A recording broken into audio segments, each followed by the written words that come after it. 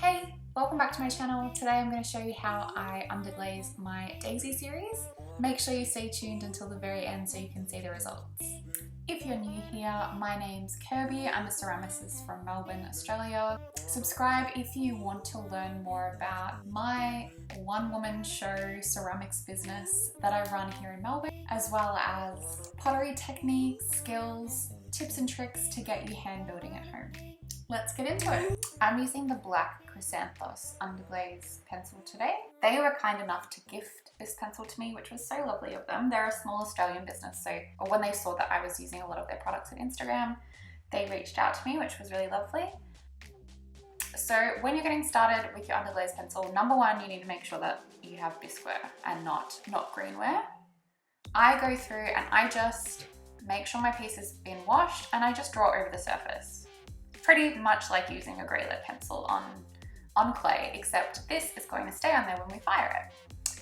So this is me just drawing out my daisies. This piece is from my current collection, which is inspired by springtime. Another thing that you'll learn very quickly when using underglaze pencil is to make sure that you don't touch it. So once you've got it on there, although it's on the clay surface, it is still powdery, it will move around and you can get some smudgy black bits when you go to fire it. If you do happen to smudge it, don't stress too much. You can wipe it off with a wet sponge or just go with it. It adds to the quality of the underglaze pencil. Wipe off as much as you can. It will not be as bad as it looks once you've fired it. It does seem to kind of dissipate in the clear glaze.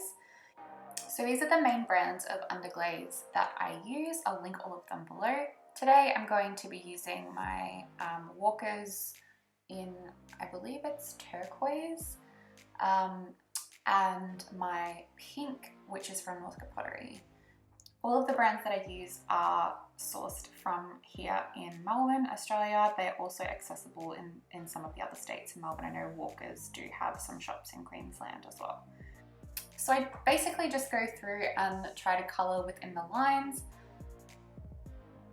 I try not to have my underglaze too thick because that can create some problems later on, and I also try not to have it too translucent, otherwise it will be a little bit streaky. So it takes a little bit of getting used to, but that's generally how I go about that process.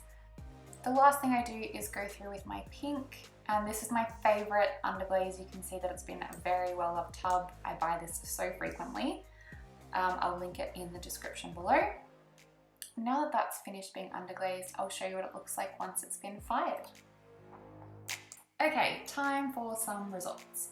So here is the cup or the tumbler that I was underglazing in the previous footage. So just after I filmed that, I would have put a clear glaze on top of this. Pretty much ready to glaze as soon as you've finished with your underglaze, as long as it's dry.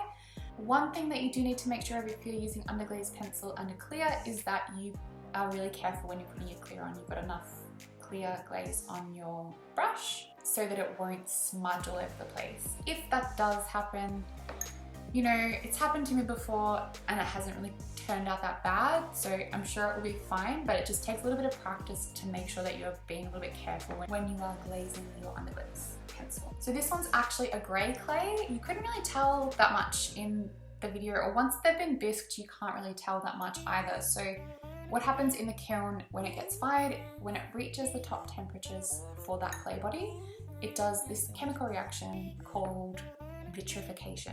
So it's a process that clay will go through, and that's when it becomes like glass, like stone. So it's waterproof, watertight.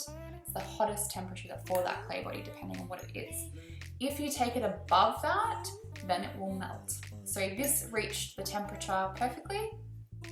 This one here is the same clay, but and the same underglaze, but I just didn't put clear on the outside. So it's got clear on the inside, so you can still drink out of it, but you can see the difference. The underglaze it's roughly the same color. The pink is a bit lighter and the underglaze pencil is a bit darker. So depending on the effect that you want, this is why you need to test everything to see what you want to get out of it. Will change the overall appearance. And this one's almost like granite. It still has that stone texture to it, whereas the other one is smooth. This is the same clay, same underglaze pencil, different colors, except I've put a white glaze unglaze on the interior. Okay, so they're both like a bit organic, and the fact that they're unglazed on the outside kind of gives that really textural feel. This one's one of my favorites with the pink and the yellow. I also just like love the shape that it fits in your hands. This one here is a white stoneware clay. It has the same Underglaze pencil, same pink, but you can see that it really pops on the white clay. So this is sort of like the difference between the pink on the grey clay versus the white clay. So depending on the materials that you buy and the clays that you use, you're going to get different effects really. So you just have to test them out, see how you go, see which things you prefer. Depending on the collection that I'm doing, I change up the clay bodies. Sometimes if I've worked with white clay for ages, I'll switch to a grainier, grittier clay just for fun. If you've liked any of the pieces that you've seen today, make sure to check out my website in the description box to see if anything's available. I'll also leave the link to my ebook in there as well in case you want to learn any more about choosing the right clay for you, how to find a firing service, or the basic process of ceramics and product design. Thanks so much for watching.